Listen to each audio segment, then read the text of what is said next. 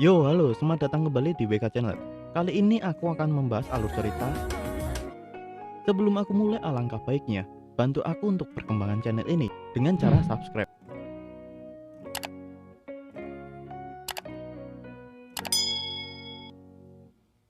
Oke, sudah, terima kasih banyak. Selama rahasia pada mamanya Misuha masih menjadi rahasia, hidup Misuha masih bisa berjalan seperti biasa. Saat ini Fushi masih mengawasi Misuha, terlihat Misuha masih aman dengan ini semua, dan dunia masih damai. Fushi akan membuktikan pada Tonari akan hidup damai di dunia ini, dunia yang seperti surga. Bukannya menjawab, Tonari malah terlihat malu. Lalu pagi harinya, mereka sarapan bersama. Tonari yang terlihat masih mengantuk diminta Yuki untuk segera makan, karena mereka akan telat jika Tonari kelamaan. Sedangkan Bon bertanya pada Gugu, apa Gugu nyaman memakai topeng itu di sekolahnya. Gugu tidak masalah dengan itu, tidak ada yang membulinya. Bon meminta Gugu, jika ada apa-apa di sekolah, segera beritahu Bon.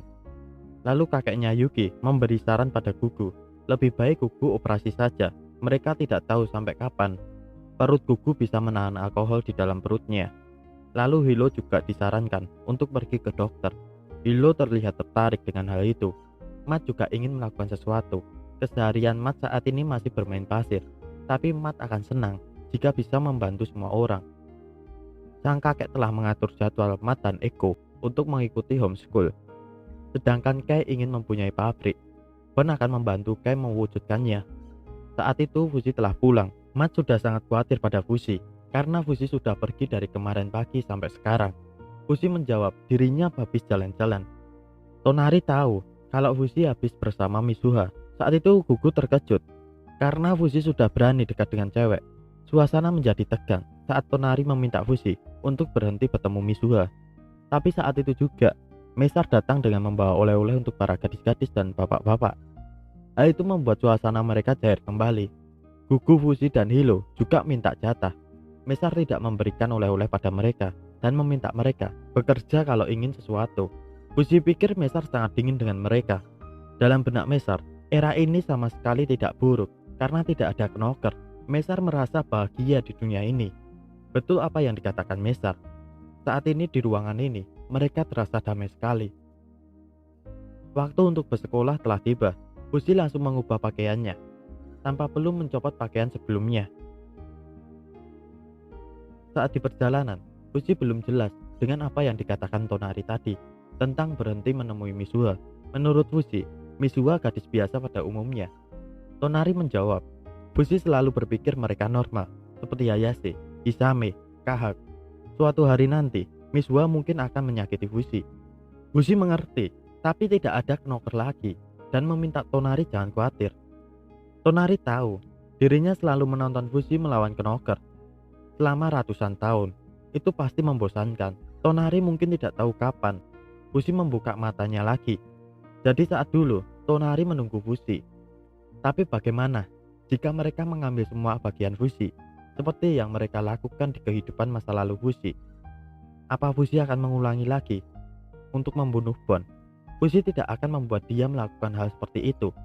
Tonari bertanya, apa semua yang dilakukan Fushi saat ini untuk membawa Kahak kembali?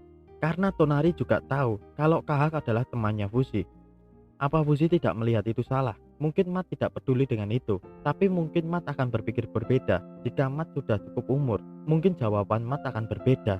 Kenapa Fushi selalu ingin bersama dengan keturunan Ayase? Fushi tidak habis pikir, Tonari tidak percaya padanya. Padahal sudah jelas-jelas Fushi telah membasmi semua knocker. Tidak mungkin ada knocker di dalam Misuha. Tonari hanya ingin percaya dunia ini benar-benar damai, karena mereka akan tinggal di dunia ini dan mereka akan mati di dunia ini. Fushi terkejut dengan perkataan Tonari tadi. Tonari baru tahu kalau Fushi tidak memikirkan sejauh itu. Tonari pikir Fushi menghidupkan mereka di dunia ini untuk hal itu. Kata-kata Tonari bergema di dalam pikiran Fushi. Karena emang benar perkataan Tonari, semua manusia akan menemui ajal mereka. Fushi mencoba tidak memikirkan itu secara berlebihan. Mungkin Fushi akan menerimanya. Jika mereka tidak akan ada di sini selamanya, dirinya harus tetap kalem sehingga mereka tidak akan khawatir. Fuji telah mengatakan pada Tonari akan membuat dia hidup seperti di surga. Menurut Fuji, untuk membuktikannya pada Tonari kalau Mizuha benar-benar tanpa knocker, karena keturunan Hayase telah menggunakan kekuatan knocker untuk waktu yang lama. Tapi selama Fuji bisa membuktikannya bahwa mereka sekarang sepenuhnya tidak berbahaya, itu harusnya sudah cukup untuk membuat mereka percaya. Hal pertama yang akan dilakukan Fuji menyelesaikan kesalahpahaman Tonari tentang Mizuha. Saat itu sang guru dicuekin Fuji yang sedang mikir.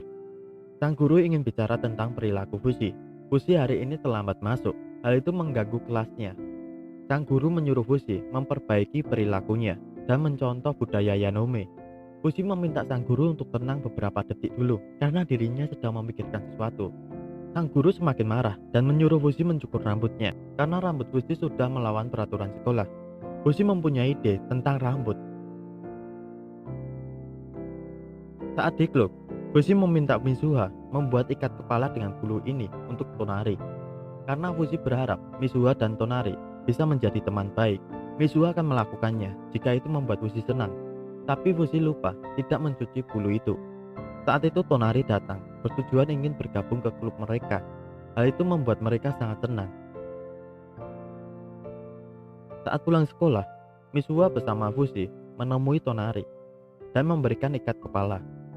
Fuji telah meminta Mizuha membuatnya sebagai pengantar pertemanan mereka. Tonari tidak ingin dengan benda itu. Mizuha tidak tahu ada masalah apa Tonari pada dirinya. Tonari tidak ada masalah dengan Mizuha. Hanya saja dirinya tidak ingin berteman dengan Mizuha. Fuji bingung, kenapa Tonari bisa berkata begitu, padahal Mizuha sudah membuatnya. Mizuha pikir mungkin dirinya mempunyai darah keturunan Hayase.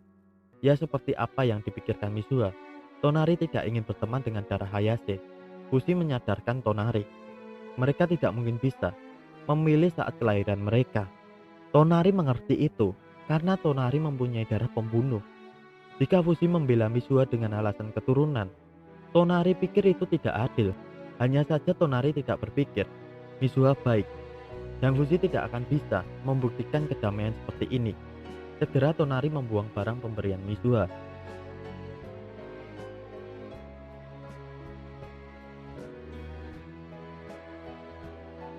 Untung Yuki berhasil menangkapnya. Saat ini Yuki datang kemari untuk memberitahu Fuji bahwa Bon ingin bicara dengannya. Sesampainya di sana, Bon memberitahu Fuji ada yang seperti Izumi, orang yang tubuhnya diubah dan diambil oleh sesuatu. Mereka menemukan manusia palsu lain di wujud gadis kecil itu. Bon dan Izumi masih belum tahu apa gadis itu knocker atau bukan, tapi mereka tahu bahwa sekarang gadis itu dikendalikan sesuatu. Gadis itu bernama Mimori, berumur 10 tahun. Orang tuanya sudah menikah lagi dan dia memiliki adik tiri. Keluarga mereka berjumlah 4 orang. Keluarga dan pihak sekolahnya belum melihat perubahan Mimori. Bon tahu banyak tentang Mimori karena Bon tanya langsung dari roh Mimori. Roh Mimori saat ini bersama roh Izumi. Bon tidak berpikir mereka bisa menemukannya. Bon tidak ingin tahu kebenarannya. Tapi fakta yang bahwa mereka menemukan gadis ini membuatnya mungkin terlihat seperti orang lain. Fuji menghampiri gadis itu dan mengajak Mimori pergi ke suatu tempat. Saat itu Fuji sudah siap akan membunuhnya. Mereka tidak percaya bahwa masih ada knocker. Namun jika gadis ini adalah knocker, maka mereka tidak ada pilihan lain untuk membunuhnya. Saat itu Fuji ragu, bagaimana jika mereka salah? Mimori terlihat seperti gadis kecil pada umumnya, tapi Fuji tidak peduli bagaimana dia memandangnya. Bon meminta Fuji untuk membunuhnya langsung. Saat itu juga Fuji sudah siap dan meminta maaf telah melakukan ini.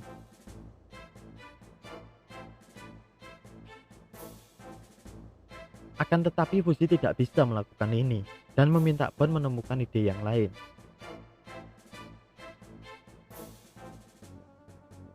Tapi Mimori malah menancapkan pedang Fuji ke dalam dirinya sendiri.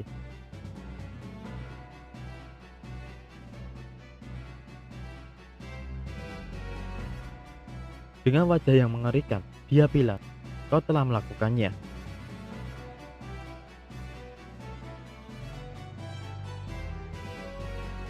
Dari belakang datang seseorang dan langsung memukul Fushi, lalu membawa gadis itu kabur. Saat itu juga Fushi akan mengejarnya. Tapi seseorang itu tidak melihat ada truk di samping mereka. Ada kejadian luar biasa.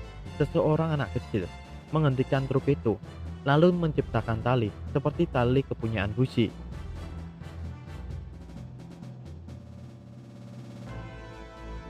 Untuk menangkap kaki seseorang itu.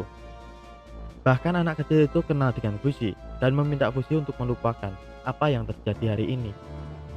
Dia tahu namanya. Siapa anak kecil ini? Dirinya memiliki kekuatan untuk menghentikan dunia atau menghentikan waktu.